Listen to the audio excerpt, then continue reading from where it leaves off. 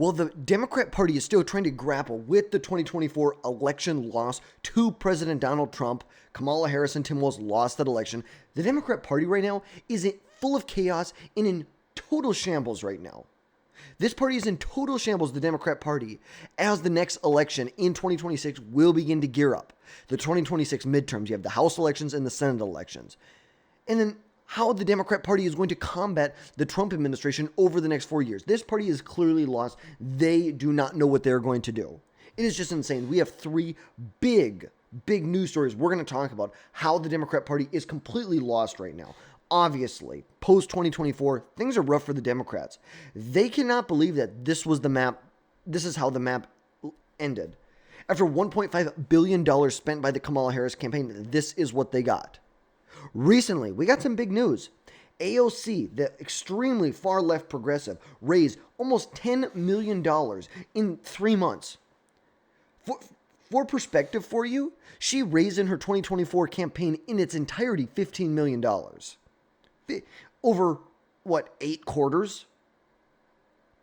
This is more than double her second highest quarter that she has ever had. Huge numbers. AOC now has more than $8 million cash on hand and has spent the last probably, month going across the country, drawing loud and large crowds with these fighting the oligarchy tours, where she has thousands and thousands and thousands of supporters coming out to support her and Bernie Sanders. And her fundraising clearly shows that she's going across the country. AOC is truly seen as a leader of the progressive movement moving forward. This is the person that Democrats are coalescing around. She has been able, in a very weird way, she has been able to court the more moderate wing of the party. When we know Senator Chuck Schumer, the minority leader in the Senate, allowed the Republicans to advance with a continuing resolution. That was a very bad incident for the establishment. People like AOC jumped on this. They jumped on this immediately, capitalizing on this moment to bring lots more moderates in the party into her camp. And then obviously, with the Bernie wing of the party, Bernie Sanders is not going to be around forever. He needs a new successor to the movement that he's built, and AOC is the perfect person to take over. She is. She is the perfect candidate that Bernie Sanders is looking for, which really just means she has a very, very low IQ and 7 brain cells, if we're being 100% honest about this. And it's kind of funny, she's going on this fight in the oligarchy tour all across the country, yet the Democrat Party is primarily funded by oligarchs, primarily funded by billionaires. Put some scary numbers in here for Republicans, but even bigger bad news for the Democrats is that the average donation was $21 in this $10 million fundraising haul that she had. $21. Now, a Republican could look at this and say, look, she's got grassroots support. She clearly has a lot of support among the base. But here's the reality. She's not going to win a general election. It's just not going to happen. She may win the nomination. Great. I think Republicans would love that if she won the nomination. How do you see AOC winning in places like Pennsylvania or Michigan? How do you think the oil workers in Pennsylvania are going to react when we can't frack anymore? Honestly, AOC will not win in a general election. She cannot win. Her policies are so out of touch with mainstream America. So out of touch with mainstream America.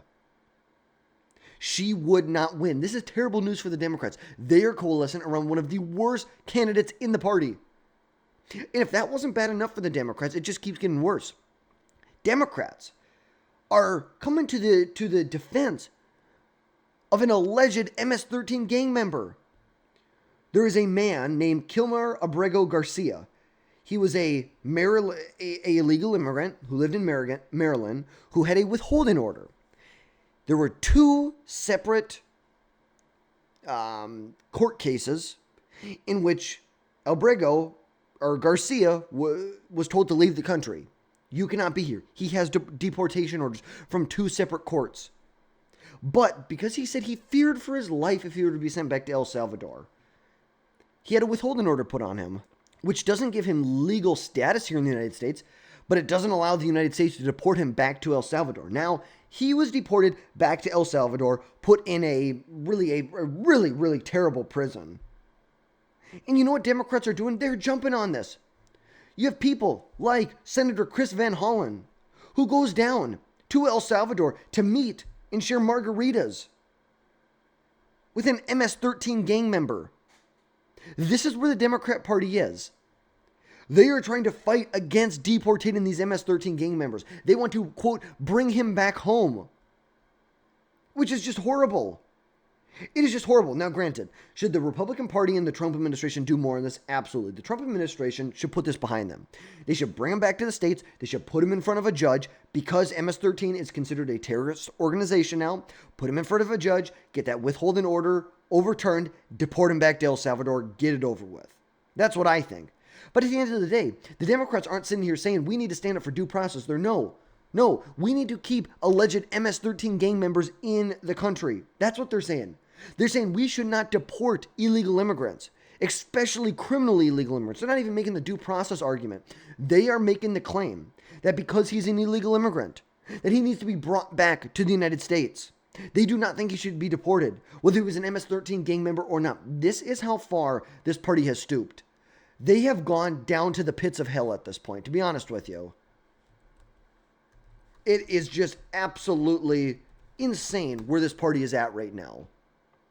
It is insane. How is this a legitimate party that is out here sharing margaritas with alleged MS-13 gang members? How is this the current modern day Democrat Party? Where we are sitting here defending MS-13 gang members. It is just, and if you thought it could get worse than that, or it couldn't get worse than that, I've got some bad news for you. It does. Recent news came out of the DNC. We know the DNC recently elected a vice chair. His name is David Hogg. You most likely know who he is. He really was brought to prominence because he was an outspoken survivor of the Stoneman Douglas High School shooting back in like 2014, 2015, 2016. I don't remember exactly when it was. And now he is on a collision course with his own party. The leader of this party, one of the vice chair of the party, David Hogg, said that he is pledging to upend Democrat primaries and put $20 million behind primary challenges to, quote, ineffective and asleep at the wheel Democrats. The organization that is co-founded by Hogg back in 2023, Leaders We Deserve, announced plans on Tuesday to spend roughly $20 million in safe blue Democrat primaries against sit-in House members by supporting younger opponents. Hogg went on to say that the group will not back primary challenges in battleground districts because I want us to win the majority, nor will it target members solely based on their age. He said, quote, we have a culture of seniority politics that has created a litmus test of who deserves to be here, Hogg said. We need people, regardless of their age, that are here to fight. This is really unprecedented. To see a major force within sight of the leadership in the Democrat Party. This guy's going to get ousted quicker than you can say ousted, like honestly. The party is grappling with how to confront Donald Trump. They're grappling with how they're going to move forward, how to win in 26, how to win in 20. There's so many things they're grappling with right now. So many issues that they have on their plate. Major in-party fighting. And now we have the vice chair of the party pledging to spend $20 million to primary the people he considers ineffective, more established politicians. Because even the DNC chair, Ken Martin, does not support this. Hogg said about Martin that he, quote, certainly has different views on challenging incumbents. And then you wonder why the Democrat Party has a 21% approval rating right now. You wonder why Republicans have some of the highest approval ratings we have seen in 2 decades, while Democrats have some of the worst, lowest approval ratings that we have seen in decades. Obviously, the Republicans are not perfect, and there's plenty of things that need to be taken care of when it comes to the Republican Party. No doubt about it. There are major issues that need to be addressed. No doubt about it. But this is just ridiculous. This is just stirring up dirt just to stir up dirt. So not only is the party coalescing behind the most unelectable Democrat on the face of the earth, not only is the party standing up for MS-13 gang members and their family, who's allegedly also a wife beater. Not only does it stop there, but they're also now, from an electoral standpoint, they are going to be primarying safe Democrat seats.